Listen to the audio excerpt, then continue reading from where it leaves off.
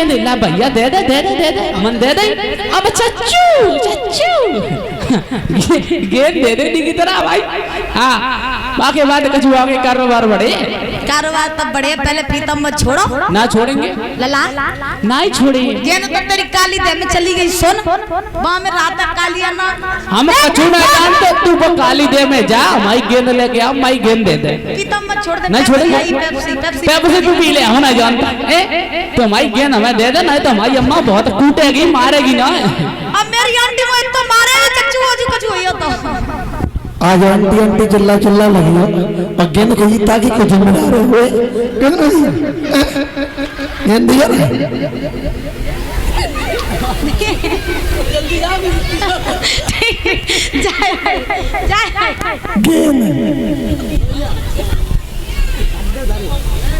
गेंद चाहिए ना लेके आओ सुनो तो हाँ बोलो पीतम्बर छोड़ो क्या छोड़े अब पीतम्बर अगर ना छोड़ो तो एक तमाचा लगे तो पीतम्बर छोड़ दियो। अच्छा तमाचा मारो प्रेम से बोलो उठाइए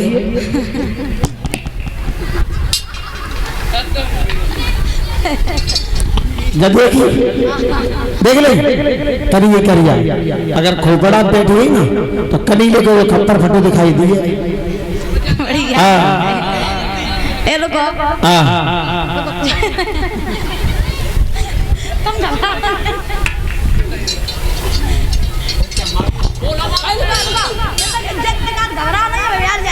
हमें गेंद चाहिए। हाँ गेंद दिए और गेंद पीतम्बर छोड़ दो अरे तू पीतम्बर मर गया मान जाओ अरे तू पीतम्बर नहीं छोड़ेगा तो एक तमाचा लगेगा कि तू पीतम्बर हाथ छोड़ दे। उसी समय दामा ने कन्हैया से कहा अच्छा तब हमें तमाचा की दोस्त दे रहे हो तमाचा की लेकिन तुम्हें नहीं पता है अगर तुम हमारा एक तमाचा मारोगे तो लाठी हमारे उठेगा लला इतनी लाठी बजी घर को ठिकाना भूल जाइए। अच्छा सुनो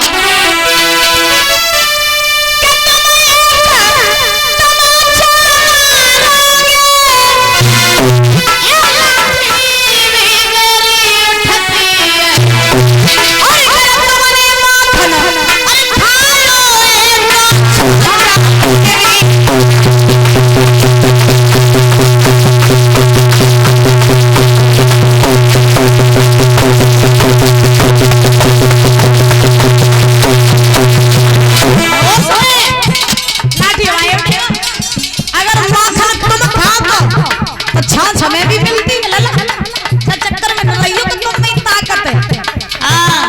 इतनी लाठी बजाई तो घर में ढूंढ पाई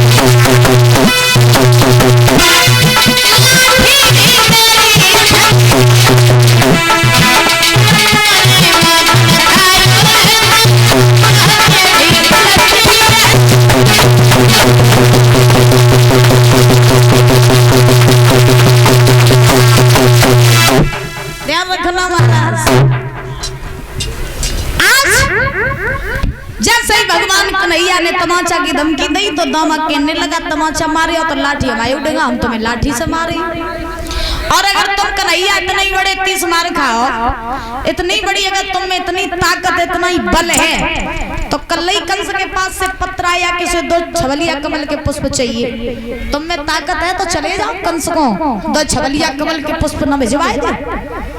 अब जो महाराज कंस की धमकी दी है दामा ने कन्हैया को तो भगवान बोले हैं दामा देख तू अगर मुझे कंस की धमकी दे रहा है तो एक समय ऐसा आएगा जब मैं तेरी आंखों के सामने कंस का चूर चूर कर डालूंगा। और रही बात फूलों की तो देख मैं अभी जा रहा हूँ और जाकर के काली देवे से फूल तोड़ करके कंस के पास में पुष्प भी भिजवाऊंगा और कंस को भी मारूंगा। अभी जा रहा हूँ। अब भगवान तो हर तरीका से परीक्षित महाराज मौका ढूंढ रहे थे। सुनो भगवान तो जगत के पालनहार हैं तो भगवान में तो अपार शक्तियां थी तो भगवान को ये सब करने की क्या आवश्यकता थी? भगवान अगर जाते तो 1 सेकंड में जाके कालिया नाग को मार के वापस लौट आते। बताओ बुजुर्गों, सही बात है? भगवान अगर चाहते तो 1 मिनट में जाते कालिया नाग को मार करके वापस लौट आते, उन्हें देर भी नहीं लगती। फिर भगवान ने ये सब लीला क्यों की? क्योंकि भगवान ये नहीं बताना चाहते वृंदावन वासियों को कि मैं भगवान हूँ। भगवान ये बताना नहीं चाहते।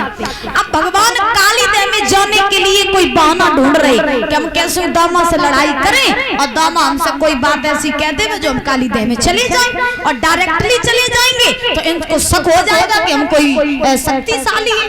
तो महाराज उसी समय आज जैसे ही भगवान कन्हैया से दामा ने कहा कि कंस की धमकी जब दी है दामा ने, तो देने के बाद में भगवान ने जवाब दिया, चिंता मत करो, हम अभी जा रहे हैं, जा करके फूल भी कंस के पास में भिजवाएंगे और एक समय ऐसा आएगा जब तेरी आंखों के सामने कंस का चूर चूर कर डालेंगे। इतना कह करके आज महाराज भगवान कन्हैया चले यमुना के किनारे। कदम का वृक्ष था, कदम का वृक्ष। भगवान उसी कदम के वृक्ष पर चढ़ गए और चढ़ करके भगवान ने काली देह में छलांग लगा दी। ऐसा ही नहीं यमुना में कन्हैया और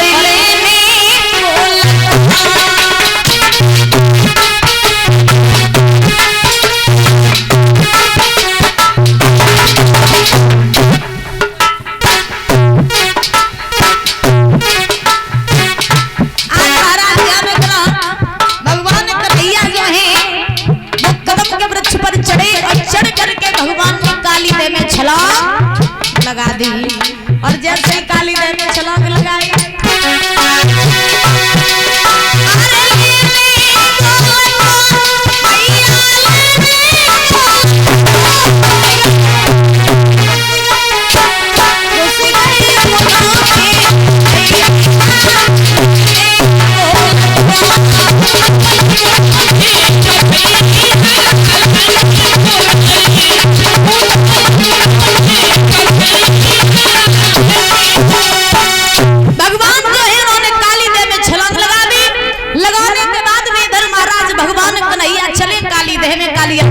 में जैसे ही भगवान कालिया नाग के पास पहुंचे,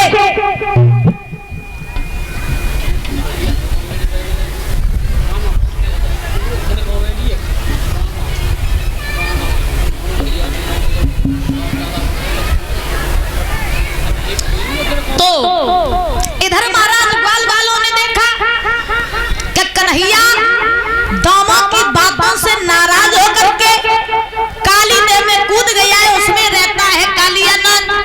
और अब लाला काली देह में चला तो गया लेकिन बच के वापस ना आ गए गो। सो जितने ग्वाल वाल रहे सो सबने खबर पहुंचाई यशोदा से, नंद से, वृंदावन वासियों से, कहा कि कन्हैया काली देह में कूद गया। तो सभी घबरा करके यमुना के किनारे आ गए। यशोदा ने तो काली देह में कूदने का प्रयास किया, बलराम ने पकड़ लिया, माँ तेरा बेटा कोई साधारण नहीं है, अभी गया है और कोई न कोई लीला करके वापस लौट आएगा, तुम चिंता मत करो। अब बलराम मैया को पकड़े हैं। इधर भगवान चल करके वहीं पहुंचे जब कालिया नाग रहता है।